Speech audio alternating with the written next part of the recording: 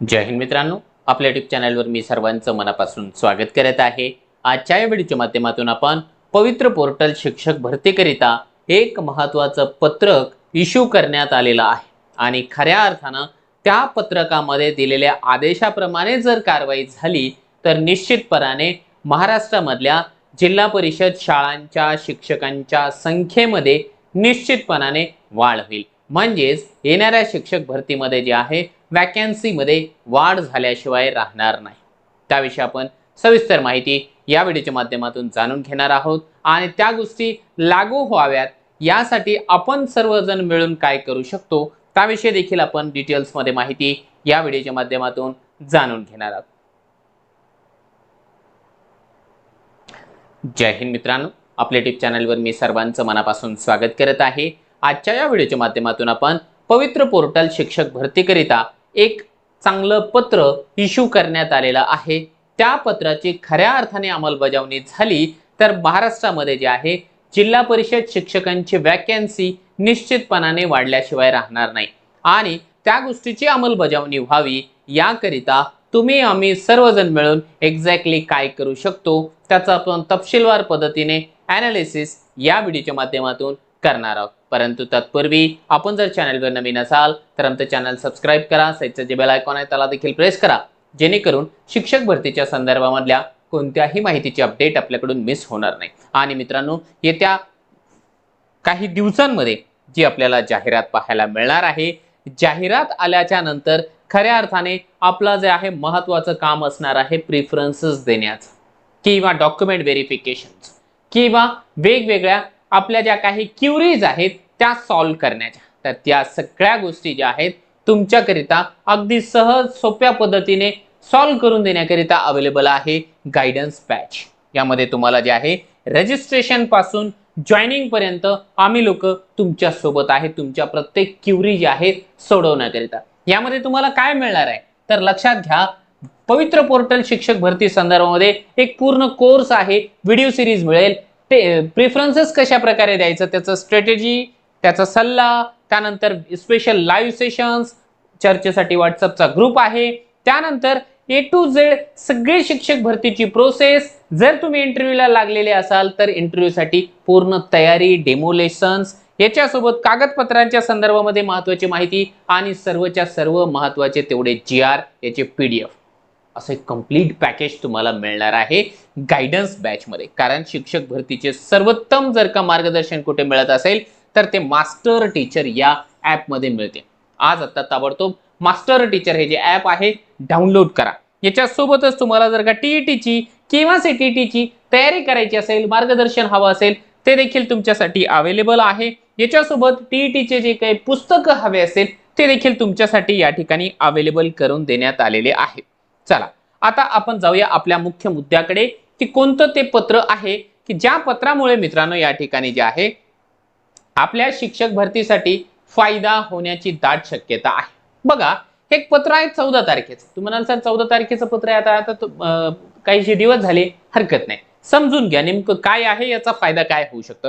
बघा, प्राथमिक शिक्षण संचालनालय यांचं हे पत्र आहे, एक आदेश आहे आणि तो आदेश देण्यात आलेला आहे विभागीय शिक्षण उपसंचालक आणि शिक्षणाधिकारी प्राथमिकचे सर्व जिल्ह्याचे यांना। याच्यामध्ये ना मुख्य विषय काय आहे, विस्तार अधिकारी, केंद्र प्रमुख, मुख्याध्यापक व पदवीधर शिक्षक यांच्या पदोन्नती बाबत।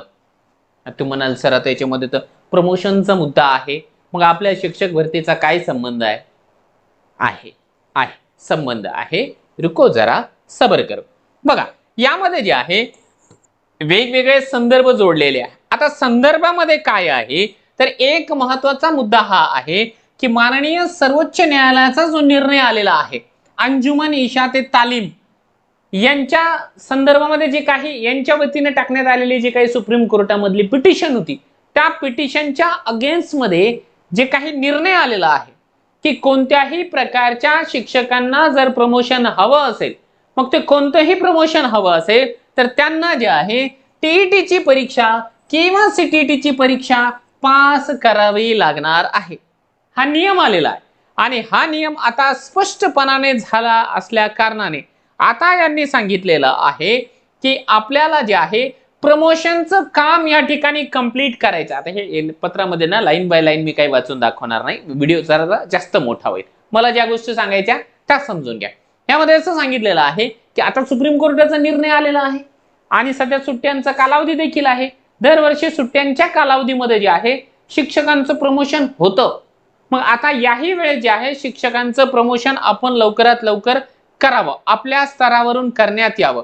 आपल्यासाठी ना एक पॅराग्राफ महत्वाचा आहे, तेवढा एक पॅराग्राफ मी तुम्हाला वाचून दाखवतो.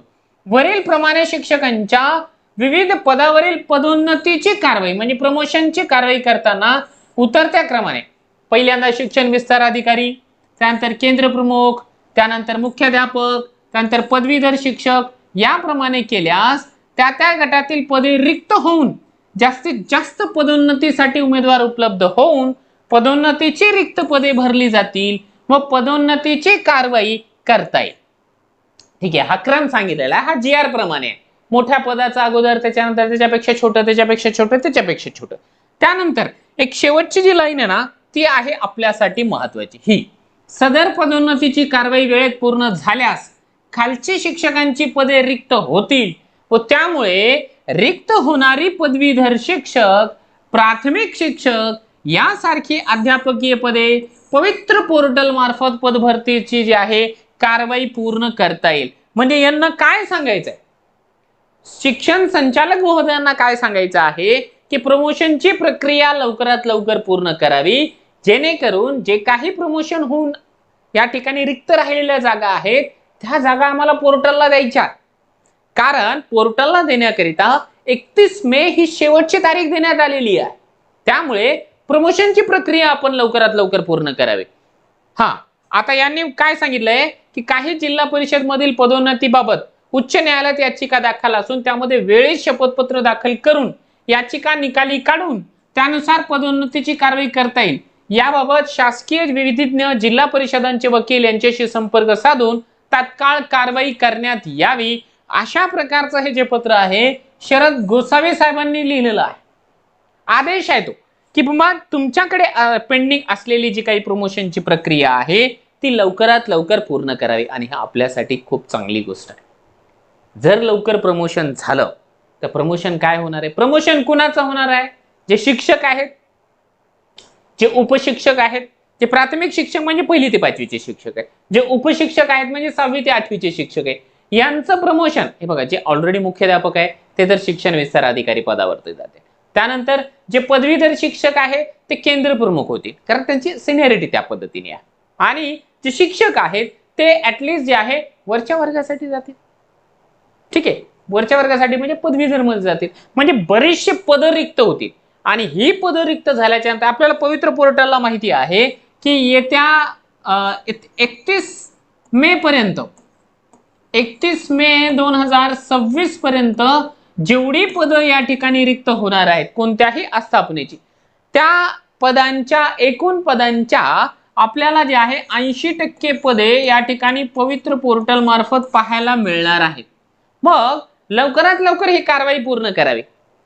तुम्ही म्हणाल सर तर 14 तारखेला हे पत्र आलेलं आहे, मग अजूनही हा जो काही आदेश आहे तो इम्प्लिमेंट का बरं होत नाही, त्याची अंमलबजावणी का बरं होत नाही, याच्या पाठीमागे एक थोडंसं लॉजिक आहे.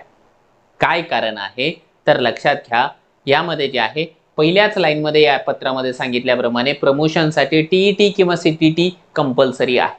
आणि जे उमेदवार सिनियर आहेत, जे शिक्षक सिनियर आहेत या प्रमोशनच्या यादीमध्ये, त्यांच्यापैकी मोस्ट ऑफ दी टीचर्स असे आहेत की ज्यांची अजून TET किंवा CTT पात्र झालेली नाहीये. त्यामुळे जे आहे ते या रेसच्या बाहेर पडत आहेत. आणि साहजिक आहे, सिनियर जर का बाहेर पडले तर ज्युनियर लोकांचं प्रमोशन होतंय. आणि यामुळे जे आहे बऱ्याच संघटनांनी या गोष्टीसाठी जे आहे दबाव आणल्याचं पाहायला मिळत आहे आणि हे जे काही प्रमोशन आहे ते थांबवल्याचं दिसत आहे. वेगवेगळ्या मार्गाने ते आपल्या कोर्टात पण गेलेले आहे.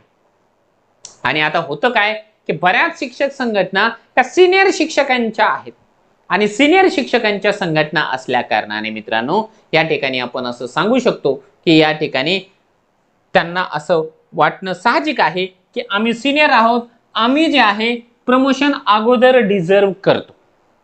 आता आपण काय करायचं आहे, आता आपले आपले उमेदवार आपल्या आपल्या जिल्ह्याच्या ठिकाणी जे आहे पाठपुरावा करताना आपल्याला दिसत आहे, चांगली गोष्ट आहे.